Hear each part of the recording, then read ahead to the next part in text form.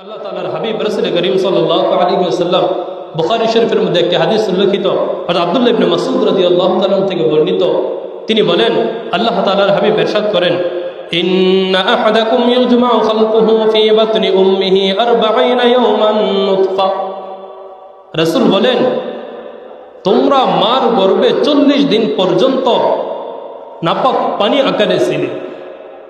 একজন মানুষ মার গর্ভে তৈরি হওয়ার ক্ষেত্রে 40 দিন পর্যন্ত সে নুতফা আকৃতিতে থাকে, ওই পানির বিন্দু পরিমাণ পানি আকারেই সে থাকে 40 দিন পর্যন্ত।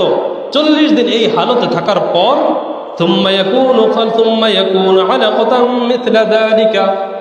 তারপরের 40 দিন রক্ত আকার ধারণ করে থাকে। পানি থেকে 40 দিন থাকে পানি, তারপরে 40 দিন হয় কি ভাই? রক্ত। 40 আর 40 কতদিন হলো? 80 দিন। 40 আর 40 কতদিন হলো ভাই? 80 দিন। তারপর রাসূল বলেন যে তারপর আবার 40 দিন পর্যন্ত গোশতের টুকরা থাকে। 40 দিন পর্যন্ত গোশতের টুকরা থাকে। তাহলে 340 কত হলো? 120 দিন। 120 দিন তোমরা এই হালতে থাকার পর রাসূল বলেন, মার গর্ভে যখন তোমরা 120 দিন থাকার পর একটা গোশতের টুকরা হও, গোশতের টুকরা হওয়ার পর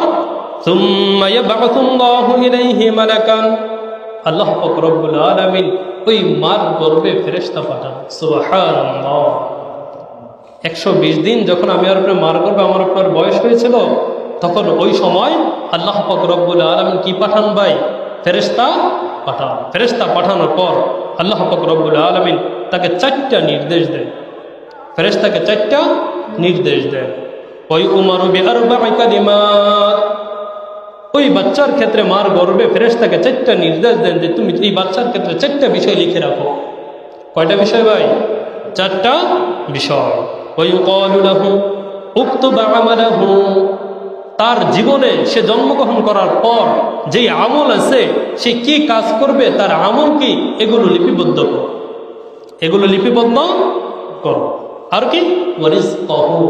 সে দুনিয়াতে গিয়ে কি পরিমাণ রিজিক সে পাবে, কি পরিমাণ রিজিক সে ভক্ষণ করবে, তার রিজিক সে কতটুকু প্রাপ্ত হবে, দুনিয়াতে সে তার হায়াতের জিন্দেগিতে কি পরিমাণ রিজিক সে ভক্ষণ করবে, ওই রিজিকের পরিমাণটা কি করো? লিপিবদ্ধ করো। 2টা। 3 নম্বর কি? ওয়া আজালাহু। এবং দুনিয়াতে সে কতদিন জীবিত থাকবে, 1 বছর, 2 বছর, 3 বছর, 15 বছর, 20 বছর, না 40 বছর, সে কতদিন পৃথিবীতে জীবিত থাকবে, তার হায়াতের পরিমাণটা কি করো? লিপিবদ্ধ করো। এটা হলো 3 নম্বর। 4 নম্বর হলো ওয়াশাকিয়ুন আও সাঈদুন। আমার এই বান্দারা কি সৌভাগ্যবান হবে, নাকি সে পাপী ব্যক্তিদের অন্তর্ভুক্ত হবে? সে কি আমার নেককার বান্দাদের অন্তর্ভুক্ত হবে, নাকি সে পাপী বান্দাদের অন্তর্ভুক্ত হবে? এই বিষয়টা কি করো? লিখে রাখো। এই 4টা বিষয় দিয়ে আল্লাহ পাক রব্বুল আলামিন ফেরেশতা মার গর্ভে পাঠান। কতদিন হলে ভাই? মার গর্ভে যখন 120 দিন হয়, 120 দিন হওয়ার পর আরেকটা হুকুম দিয়ে পাঠান, সুম্মা ইউনফাখু ফীহি রূহ।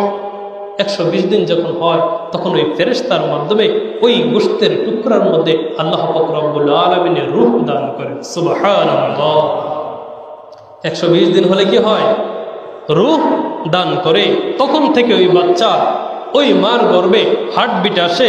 বাচ্চা নড়াচড়া যদিও করতে না পারে, কারণ হাত পা তো তৈরি হয় নাই, কিন্তু তার রূহ চলে আসার কারণে তার হার্টবিট কি হয়ে যায়? শুরু হয়ে যায়। কত দিনে ভাই? 120 দিনে। কে বলেছেন? রাসূল করিম সাল্লাল্লাহু আলাইহি ওয়াসাল্লাম বলেছেন।